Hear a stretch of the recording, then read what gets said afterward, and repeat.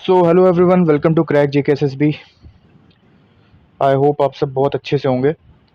तो एक अपडेट है रिगार्डिंग जेकेएसएसबी फाइनेंस डिपार्टमेंट के जो एग्ज़ाम्स होते हैं। तो किसी ने आरटीआई डाली थी कि जो अभी जेकेएसएसबी फाइनेंस डिपार्टमेंट में टोटल कितनी वैकेंसीज़ हैं जो रेफ़र हुई हैं जेकेएसएसबी को। ठीक है, तो यही आरटीआई जो रिजॉल्व हुई है 9 अक्टूबर 2025 में, जिसमें जवाब मिला है।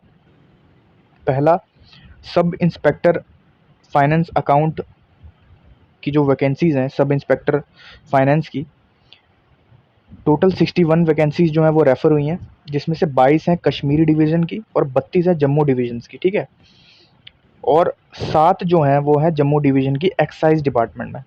तो 22, 32 और 7 टोटल हो गया 61 वैकेंसीज़, जिसमें 22 जो हैं वो कश्मीर डिवीज़न के लिए रेफ़र हुई हैं और 32 जो हैं वो जम्मू डिवीज़न के लिए रेफ़र हुई हैं, और 7 जो हैं एक्साइज़ डिपार्टमेंट की, वो भी जम्मू डिवीज़न्स के लिए मतलब रेफ़र हुई हैं। ठीक है, दूसरा उन्होंने कहा है इंस्पेक्टर की जो वैकेंसीज़ हैं, जिसमें 42 पोस्ट्स हैं, ठीक है, वो रेफ़र की गई हैं यूटी कैडर के लिए। 42 वैकेंसीज़ इंस्पेक्टर की वो रेफ़र हुई हैं यूटी कैडर के लिए। और तीसरा उन्होंने कहा है कि जो अकाउंट असिस्टेंट की वैकेंसीज़ हैं वो टोटल 600 वैकेंसीज़ हैं जो रेफ़र हुई हैं जेकेएसएसबी को। ठीक है, तो ये आरटीआई रिज़ॉल्व हुई है, तो इनमें इन्होंने बताया कि कितनी वैकेंसीज़ हैं। अब ये सिर्फ रेफ़र हुई हैं, एडवर्टाइज़ नहीं हुई हैं। कोई पता नहीं है कब एडवर्टाइज़ होंगी, 1 साल लगेगा, 2 साल लगेगा, तो कोई पक्का टाइम पता नहीं है। हाँ, ये है कि ये 9 तारीख को, 9 अक्टूबर को 2025 को रिज़ॉल्व हुई है, जिसका जवाब मिला है कि इतनी टोटल वैकेंसीज़ रेफ़र हुई हैं। अब वो जेकेएसएसबी पे है कि वो कब एडवर्टाइज़ करती है और कब इसका एग्ज़ाम कंडक्ट करता है। जिस हिसाब से जेकेएसएसबी के हालात हैं, एक भी एग्ज़ाम ढंग का नहीं हो रहा। जेकेपी एसआई का फॉर्म लगा था नवंबर में, अभी तक कोई अता पता नहीं है। ठीक है, कोर्ट केसेस पे कोर्ट केसेस चल रहे हैं, और जो एग्ज़ाम हो भी गए उनकी भी रिक्रूटमेंट काफ़ी ज़्यादा स्लो है। अगर मैं बात करूँ जेकेपी कांस्टेबल की, तो कब का एग्ज़ाम हुआ है, दिसंबर का एग्ज़ाम उसका हो गया था, और अभी तक दिसंबर आने वाला है, रिक्रूटमेंट पूरी नहीं हुई है। अभी सिर्फ शायद डॉक्यूमेंट वेरिफिकेशन की जो लिस्ट है वो आ चुकी है, लेकिन उसमें भी जो टेलीकम्युनिकेशन वाला पार्ट है उसका भी कोई अता पता नहीं है, कोई लिस्ट नहीं निकली, कोई रिजल्ट नहीं निकला उसका। ठीक है, कुछ सोर्सेज से पता चला है कि कुछ बच्चे जो हैं वो गए थे जेकेएसएसबी ऑफिस में, तो उनका साफ कहना है कि इस साल मुश्किल है कि टेलीकॉम का रिजल्ट आए। अगले साल 2026 में हो सकता है कि जनवरी फरवरी में लिस्ट निकले।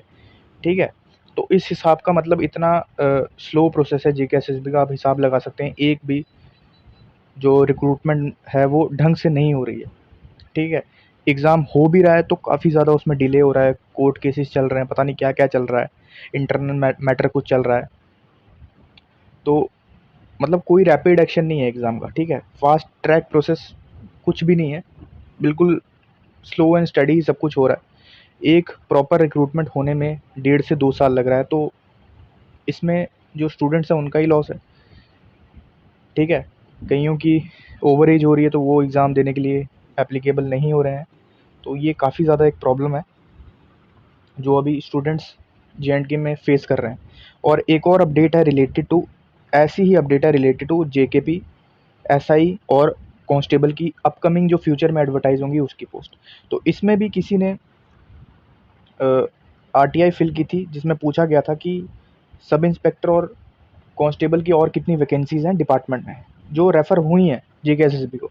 तो उनका सिर्फ ये कहना था, और ये जो आरटीआई है ये 9 अक्टूबर को रिजॉल्व हुई है, जिसमें ये कहना है कि 240 पोस्ट जो हैं वो सब इंस्पेक्टर की हैं, जिसमें 83 वैकेंसीज एसआई टेलीकॉम की हैं। ठीक है, already been refer to government.